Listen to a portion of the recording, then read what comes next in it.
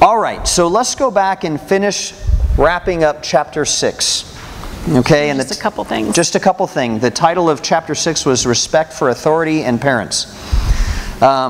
We discussed it last time, but there was just a couple things we want to add.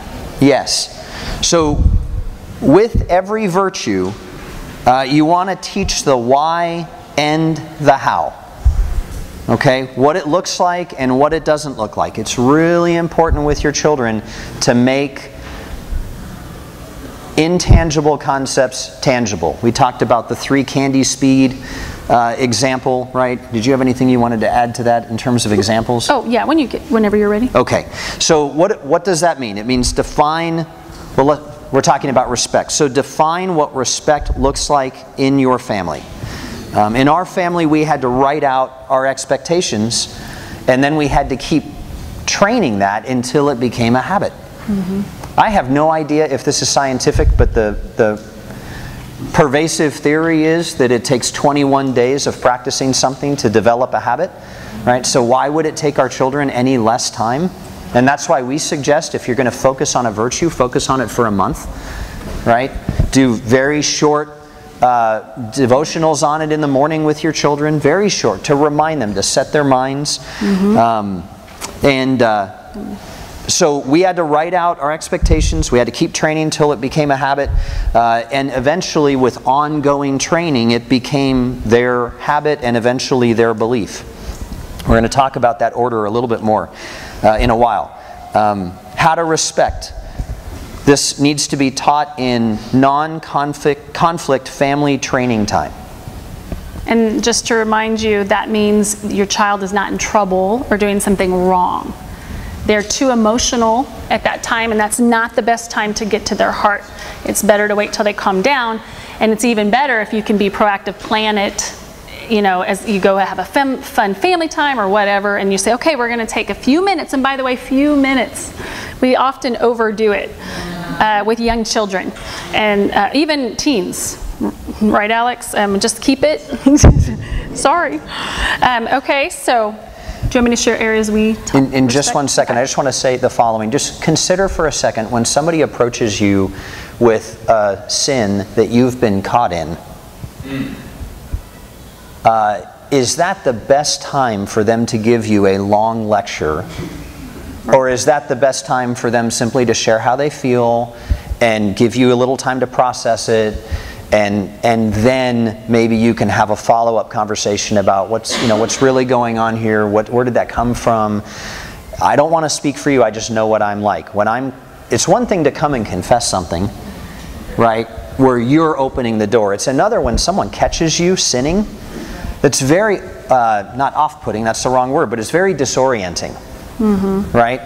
Your children are just little humans, but we have a tendency to want to, out of fear, out of love, we want to fix it in the moment. But just always remember, treat them the way you would treat a brother or sister in the church. Amen. Right? Let them know how this made you feel, give them some time to process, but more than anything, what you'd want to do with that brother or sister is you'd want to meet with them over coffee and start digging deeper in times of non-conflict, right? They're no different than we are, okay? And I have a reminder page or folder just for my children of things I need to go back and address. Mm-hmm. So even last week there was a situation with Emily. I ran it by Dave and he said, okay, I think you need to go back and make sure you address this with her. Okay, I wrote it down. I will not remember. I'm getting too old. But so there can be a good list. You pray for wisdom which one to tackle first. But if I don't write it down, I won't go back and train. Okay, so you wanted to share those things? Yeah. Well, you guys define what respect looks like for you. For our family, our kids needed to make eye contact.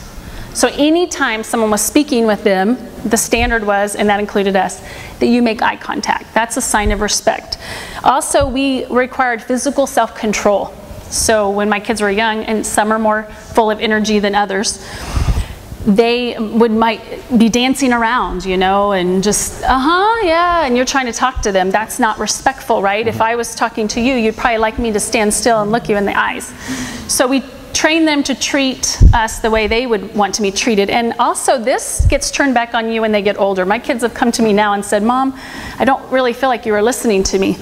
because I was busy and doing this and didn't make eye contact and wasn't still, and you know what, they were right. So I asked them to forgive me. So just remember, you're training them for the future. So eye contact, physical self-control with their body. So when you're training this, you're going to do it in non-conflict. So you might role play, depending on the age of the child, where you act out a scenario and you do it the wrong way and you do it the right way. And you do it the wrong way because you want them to see why it's not beneficial to do it the world's way. God's way is it's more beautiful when we respect. Does that help? Also, we taught our kids that they must have control with their voice and their words. It's okay that they're mad. It's okay they're sad. They can tell us anything they want. But they can't be yelling. They can't be having an unkind tone. Remember, look at your child and say, that is how they're going to speak to their spouse one day. Or their children, and is that okay? They shouldn't ever hit you. They shouldn't anytime they're unkind to you and you don't help them overcome that, you're just telling them it's okay to treat people that way.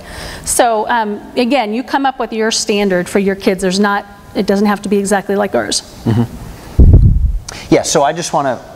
Oh, I wanted to say... Before you say that, I just want to say this, that... we're giving you some examples of what respect looks like in our home. But this is a great conversation for you to have with your spouse, right? When you're spending some time together, when your kids are still awake and they can see mom and dad spending time together, this is a great conversation to have about, okay, what do we want this to look like in our house? What makes me feel respected? What makes you feel respected? And then you literally break it down. And by breaking it down, it means things like, we said we required eye contact. Well, that's a little obvious, right? But self-control with voice and words. Well, you got to break that down even further. Mm-hmm. What does that look like? What does self-control look like? Do they need to stand there with their hands folded if they're really fidgety? I don't know. But our point is that the more you break this down, the more you can define it for a child. Yeah. And the more you define it for a child, now you create a baseline when you know if they're straying from your instruction.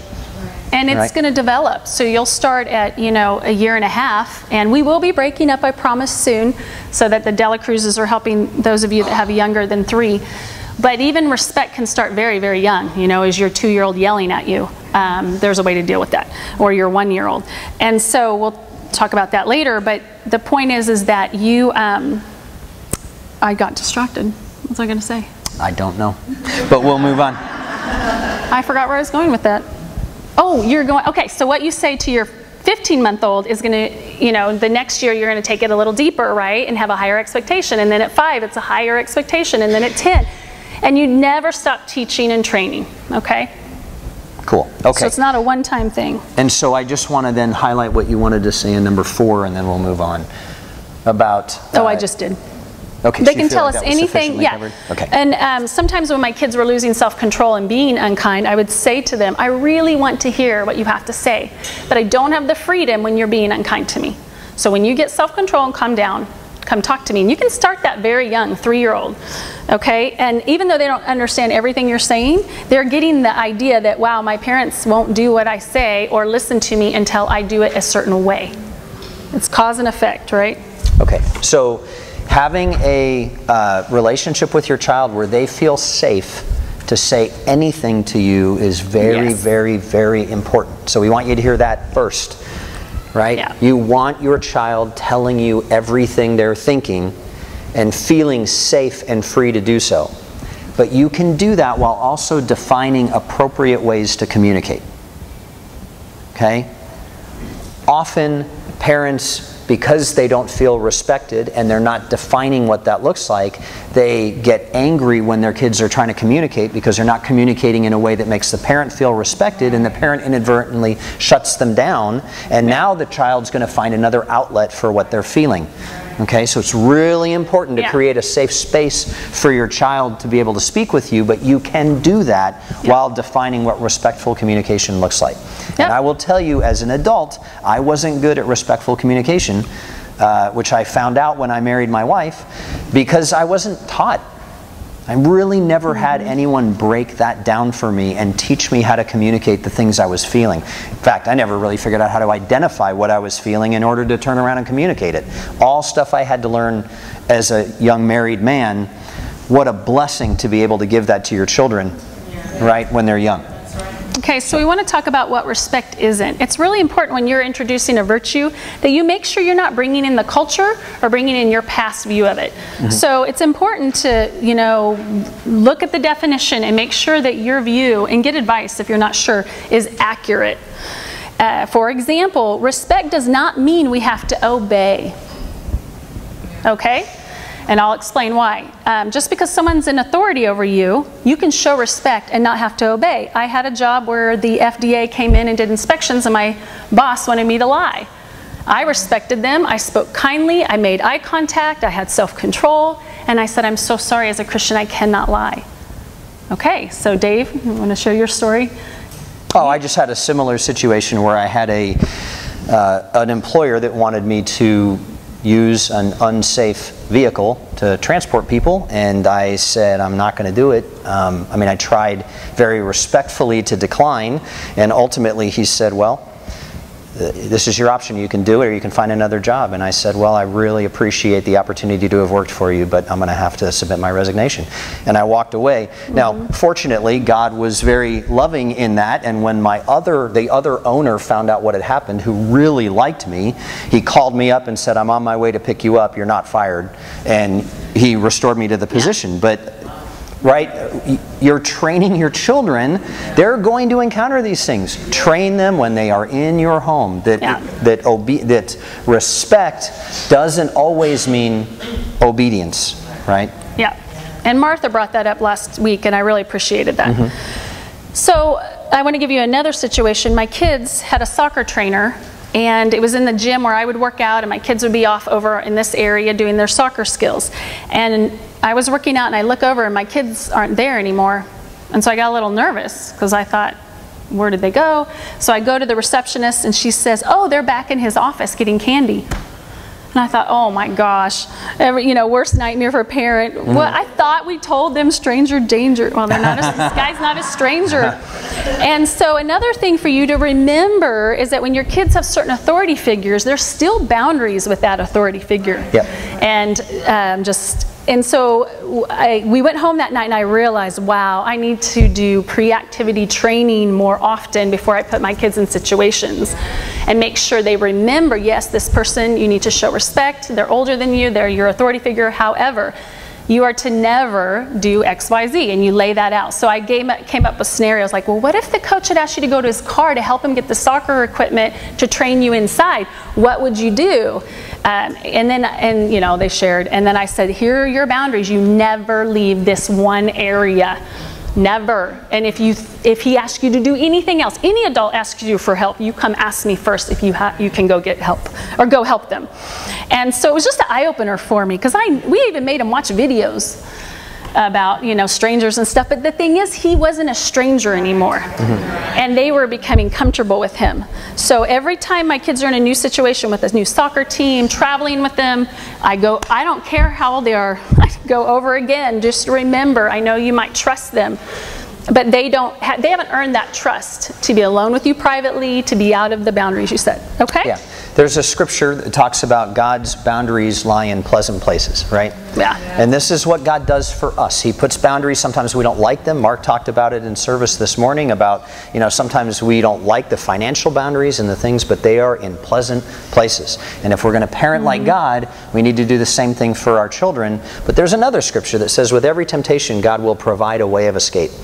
Right? So to create a boundary and not help your child understand how to live within that boundary and not feel super uncomfortable, like, what does your child say when the coach says, can you come help me get something out of the car? If you haven't trained your child in what to say, they are very likely going to, they're going to be in a rough situation, right? And many of them are going to decide, I'm just going to compromise and go because I have no idea what to do with this, right? And we're still teaching our oldest child, Emily, who's 19. 19? Yeah. Off in college. Off in college, about how to excuse herself from certain situations and whatever the case is as they arise, because we've been through it. We have wisdom that comes from age, and we want to make sure she's prepared. Okay. I just want to remind you too to trust your kids' instincts. So I never made my kids give physical touch to someone they didn't feel comfortable. I did not look at that as a sign of respect. So we didn't make our kids hug everybody. Okay, so at church, we made them give eye contact. We asked them to stick out their hand and shake hands. If it's somebody they knew, they are welcome to hug. But I never wanted to force physical touch on my daughters. Okay, and I want them to learn to trust their God-given instinct, not to judge and assume the worst, but not to be forced. That's not giving. You're not hugging. That can, be physical, space that we don't want to violate. So my kids did hug most people in the church, but you get my point. Yeah, absolutely. Okay, questions? And then we can't encourage enough role-playing at home. Yeah. Little kids love it when mom and dad role play, or when mom or dad role plays with them. Right? It's how they learn. Quite frankly, it's how I learn. I learn Watching much better things. from watching something than I do from reading text. That's not true of everybody. My oldest kid is a voracious reader. That's how she learns. That's how she processes. So everybody's different. Yeah. But role playing with them makes it very, very tangible. What does this look like? So. And asking them questions when you do it wrong and saying what was wrong and why do you think it was wrong, right? The more you get them engaged and not you just preaching at them, the more they'll understand and take ownership. Absolutely.